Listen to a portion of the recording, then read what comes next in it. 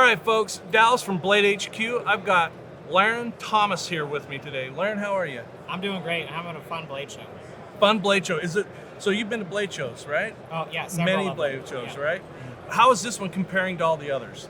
Well, Magnacut is ramping up, so that's probably the biggest difference. So last year, some people knew about my book, Knife Engineering. Yep. There's a plug for you guys.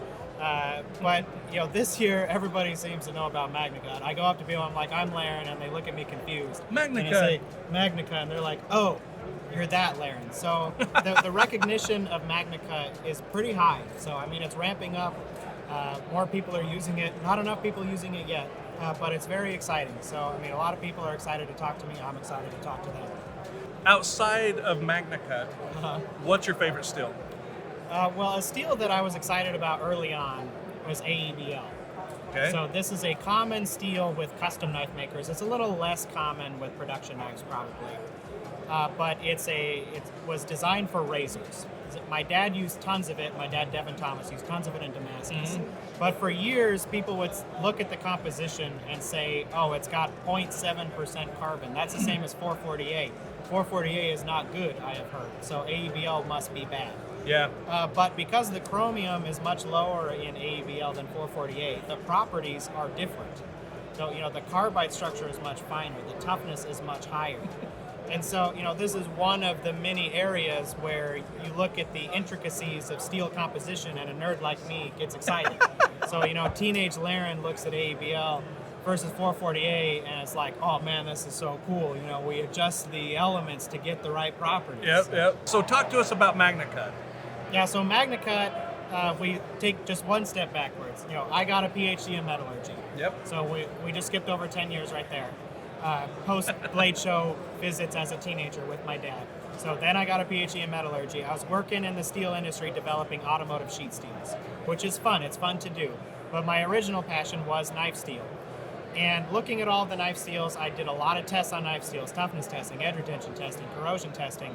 And I saw, hey, we can manipulate the steel composition to get a new set of properties that we didn't have before. And we have some non-stainless tool steels with really excellent properties. So yeah. A popular one right now is CPM Crewwear. Yep. So it's using a lot of spider codes. It's got a lot of fans. Oh, I love Crewwear. And so Crewwear, for its level of wear resistance, it's in a similar wear resistance range as S35VN. Mm-hmm. But the toughness of Crewwear is over double of S35VN. So I thought, how can we get the stainless steels up to this toughness level of the non-stainless steels? So what we did with Magnacut, again, we're manipulating composition, just like AEBL versus 448. I reduced the chromium content, which immediately everyone told me, Larrin, you made a non-stainless steel. You reduced the chromium too much. And I'm like, no. So all these stainless steels, they've got between 14 and 20% chromium. But a lot of that is tied up in chromium carbides, so hard particles. So it's forming with carbon. That does not leave it open to form with oxygen at the surface to prevent more oxidation. So chromium oxide is like an impervious layer, where iron will form with oxygen and form rust, and it just flakes off and keeps going. Yeah. So chromium oxide, that's what we need for stainless. So all these stainless steels, they actually have between 9 and 13% chromium in solution.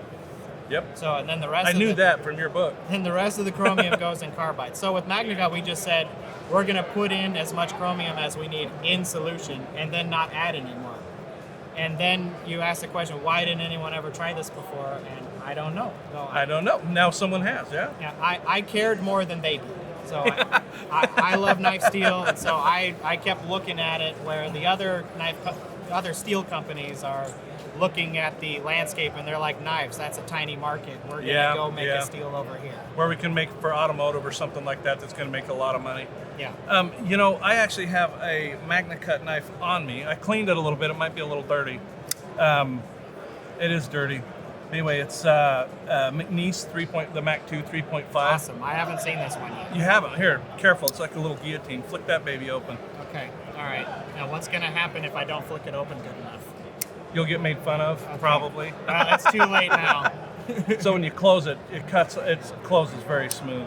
Oh, that is smooth. So with Magnacut, this was the second Magnacut knife that I own. Well, Magnacut has a similar level of wear resistance to S30V. It's in a similar category. Sure. I mean, we can parse them out. I've done it, by tiny amounts. But really, when it talks to noticing differences, you're talking about more categories than you are 5 or 10%. Sure. different.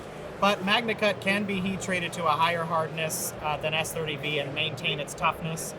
So, if your edge is losing sharpness due to microchipping or to edge rolling because the hardness is lower, Yeah. then even though the wear resistance of Magnacut might be the same as an S30V knife, it will still hold an edge longer. Yep.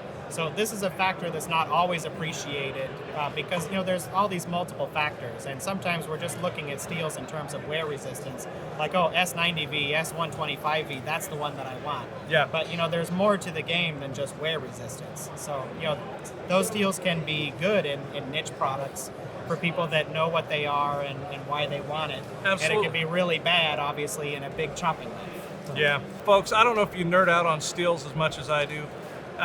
He nerds out obviously a lot more. If you don't follow him, you should. Knife Steel Nerds. Yep.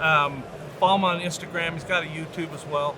Go to our website. Check out the Magnacut stuff. I guarantee you're going to love it if you can find it. We have, as soon as it hits our store, it usually rolls right out.